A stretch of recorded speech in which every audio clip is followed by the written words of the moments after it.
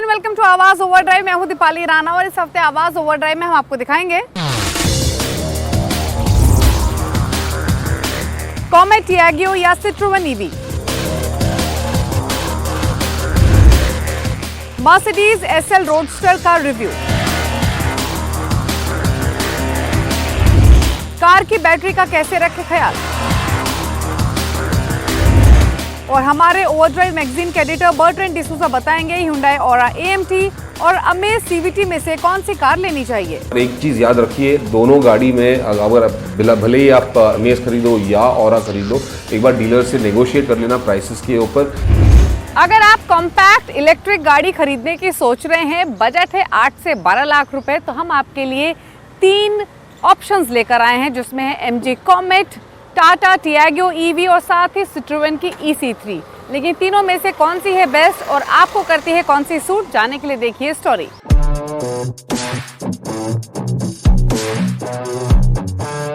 तो शुरुआत करते हैं अफोर्डेबिलिटी फैक्टर के साथ। कॉमेट EV की कीमत शुरू होती है 7,98,000 से और जाती है 9,98,000 तक। वहीं अगर टाटा टियागो की बात करेंगे तो इसकी कीमत 8,69,000 से शुरू होती है और जाती है 11,99,000 तक। वहीं सिट्रोवन EC3 की बात करें तो ये 11.5 लाख से शुरू होकर लगभग 13 लाख तक जाती है। तो यानी तीनों में सबसे महंगी ऑफरिंग है सिट्रोवन की EC3 और सबसे सस्ती है MG की कॉमेट। अब बात करें इनके आर्किटेक्चर की या प्लेटफॉर्म्स की, तो MG comet electric skateboard architecture पर बेस्ड है, यानी इस आर्किटेक्चर पर बेस्ड होने की वजह से इसमें जो स्पेस है उसको एफिशिएंट मैनर में यूटिलाइज किया गया है। वहीं अगर आप सिट्रोवन C3 या फिर बात करें टाटा टियागो EV की, तो ये उन्हीं प्लेटफॉर्म्स पर बेस्ड हैं जिन पर इनके आइस वेरिएंट्स बेस्ड हैं। अफोर्डेबिलिटी के बाद बात करेंगे डिमेंशंस की, इनकी प्रैक्टिकलिटी की। तो तीनों में ही MG comet smallest in size है, लेकिन तीनों में सबसे ज़्यादा टॉल है। ऑल्दो सिट्रोवन EC3 तीनों में ही लॉन्गेस्ट और वाइडेस्ट है और सबसे ज़्यादा व्हील बेस भी आपको मिलता है, यानी कॉमेट में आपको मिल रहा है 2100 मिलीमीटर का व्हील बेस, टियागो में आपको मिल रहा है 2400 मिलीमीटर का व्हील बेस, वहीं सिट्रोवन EC3 में 2540 mm का व्हील बेस मौजूद है। ऑल्दो अगर आप इनके लुक या साइज को देखेंगे या फील को देखेंगे तो कॉमेट किसी टॉय से कम नहीं लगती है, एक क्यूट लुकिंग कार की तरह छोटी सी गाड़ी नज़र आती है। टियागो एक हैचबैक आपको नजर आएगी और सिट्रोवन C3 आप हैचबैक या फिर टूवर्ड्स SUV स्टांस ये लैंड करती है। अब बात करें इनके व्हील साइज की, तो सबसे छोटे व्हील साइज आपको मिलते हैं कॉमेट में, इसमें आपको 12 इंच के व्हील मिल रहे हैं, टियागो में 14 इंच का व्हील साइज है और साथ ही सिट्रोवन की बात करें तो इसमें आपको 15 इंच के व्हील्स मिलते हैं। साथ ही बूट स्पेस की बात करें तो कॉमेट में बूट स्पेस ना के बराबर है, वो आप देख भी सकते हैं। टियागो की बात करें या फिर सिट्रोवन EC3 की, तो यहाँ पर प्रैक्टिकल बूट स्पेस दिया गया है। 340 लीटर का बूट स्पेस आपको टियागो EV में मिलता है, सिट्रोवन में आपको 315 लीटर का बूट स्पेस मिल रहा है। बात करें फीचर्स की, तो MG कॉमेट EV में मोस्ट अप मार्केट फील आपको मिलेगा जब आप केबिन के अंदर बैठेंगे।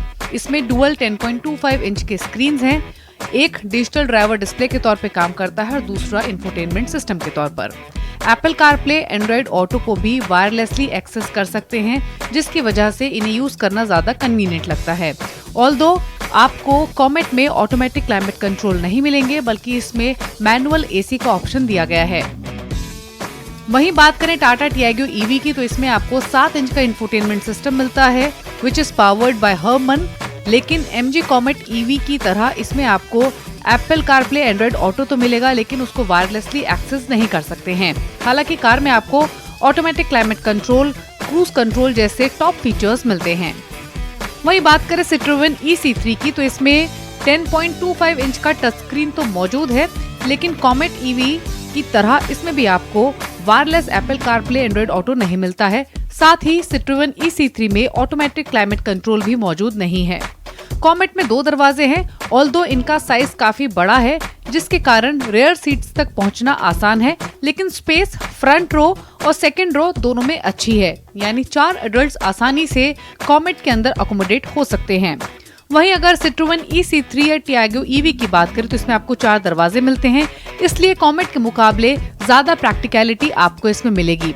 Tiago EV की खासतौर से बात करें तो इसके अंदर अगर आप जाएंगे तो फ्रंट रो में भी स्पेस अच्छी मिलेगी और सेकंड रो में भी।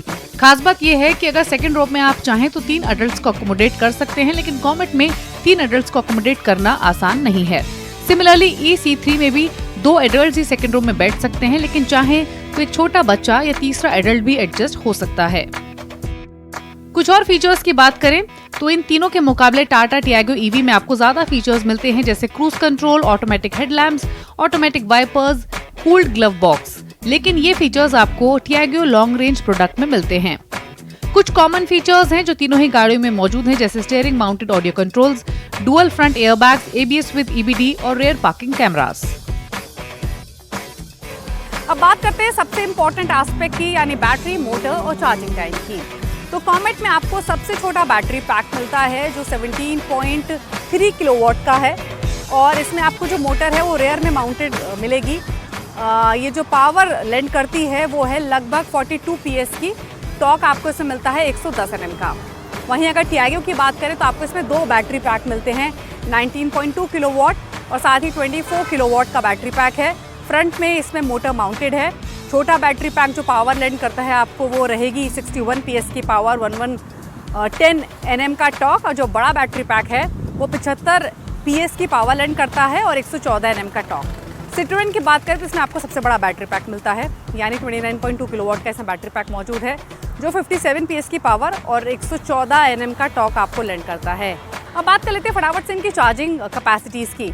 कॉमेट में आपको फास्ट चार्जिंग नहीं मिलती है। 3.3 किलोवाट चार्जर से आप इसे चार्ज करेंगे 7 घंटे का समय लगेगा। टियागो को अगर 15 चार्जर से चार्ज करेंगे तो 7 से 9 घंटे का समय लगेगा। दोनों बैटरी साइजेस के लिए वेरी करता है। फास्ट चार्जिंग का ऑप्शन है, 58 मिनट में फुली चार्ज हो जाएगी DC फास्ट चार्जर से। Citroen में 15 चार्जर से चार्ज करेंगे 10.5 घंटे का समय लगेगा। DC फास्ट चार्जर से चार्ज करेंगे तो लगभग 1 घंटा लगेगा। तो तीनों में फास्ट चार्जिंग आपको कॉमेट में नहीं मिलती है, बाकी दोनों के साथ मिलती है। तो ओवरऑल अगर तीनों ही गाड़ियों के बैटरी चार्जिंग या मोटर ऑप्शन को देखें तो टियागो में आपको एयर कूल्ड बैटरी मिलती है, जो कि इंडियन ड्राइविंग कंडीशंस के हिसाब से बेटर है। एक और खास बात बताना जरूरी है कि तीनों ही गाड़ियों में अगर आप देखेंगे तो सबसे ज्यादा चार्जिंग ऑप्शंस आपको टियागो EV में मिलते हैं, लगभग 4। 7.2 किलोवाट का चार्जिंग ऑप्शन भी आपको टियागो EV के साथ मिलता है। MG कॉमेट EV में आपको फ्रंट में डिस्क ब्रेक्स मिलते हैं और इस EV में 3 लेवल्स ऑफ रीजनरेटिव ब्रेकिंग मौजूद है। हालांकि इसका 41 bhp मोटर उतना फन टू ड्राइव नहीं है, तो ओवरऑल ठीक ड्राइव ये ऑफर करता है, लेकिन आप फर्स्ट कार के तौर पे कॉमेट को कंसीडर नहीं कर सकते हैं। हाँ, ये आपकी फैमिली में दूसरी या फिर तीसरी कार जरूर हो सकती है। टियागो EV में आपको लार्जर व्हील्स मिलते हैं with thicker 175 section rubber tyres, और दूसरी ही गाड़ियों की तरह टियागो EV में भी आपको कन्वेंशनल डिस्क ब्रेक फ्रंट में और रेयर में ड्रम ब्रेक्स मिलते हैं। हालांकि टियागो EV में आपको मल्टी लेवल रीजनरेटिव ब्रेकिंग मिलेगी, जिसकी वजह से सिटी ट्रैफिक में ड्राइव करना इसको आसान है और ये आपकी एनर्जी को भी प्रोटेक्ट करती है। Citroen EC3 में केबिन आपको प्रैक्टिकल मिलता है, लेकिन अगर हम ड्राइव कैपेबिलिटीज की बात करें तो इसका जो मोटर है वो उतना फन टू ड्राइव नहीं है। साथ ही अगर आप तीनों के मुकाबले देखेंगे तो जिसकी टॉप स्पीड है इसके साइज के हिसाब से काफी कम है। इसकी टॉप स्पीड 107 किलोमीटर प्रति घंटे के आसपास की है और इसमें आपको एडजस्टेबल रीजनरेशन भी नहीं मिलता है। तो फाइनली अगर वर्डिक्ट की बात करें तो अगर आप अपनी फैमिली में कोई दूसरी या तीसरी कार खरीदना चाहते हैं जो स्मॉल हो, कॉम्पैक्ट हो, सिटी यूज के लिए कंसिडर करना चाहते हैं तो MG Comet EV would be a better choice. लेकिन अगर आपको चाहिए एक स्पेशियस अफोर्डेबल इलेक्ट्रिक कार जिसका बूट साइज भी अच्छा हो, लेकिन आप फीचर्स पर कॉम्प्रोमाइज करने के लिए तैयार हो, साथ ही ऐसी गाड़ी जो फंकी लुकिंग हो, तो आप Citroen EC3 को देख सकते हैं। लेकिन अगर आपको चाहिए ऐसी गाड़ी जिसमें फीचर्स भी अच्छे हो, टेक लोडेड हो, येट अफोर्डेबल इलेक्ट्रिक कार भी हो और फन टू ड्राइव हो, then Tata Tiago EV is car for you.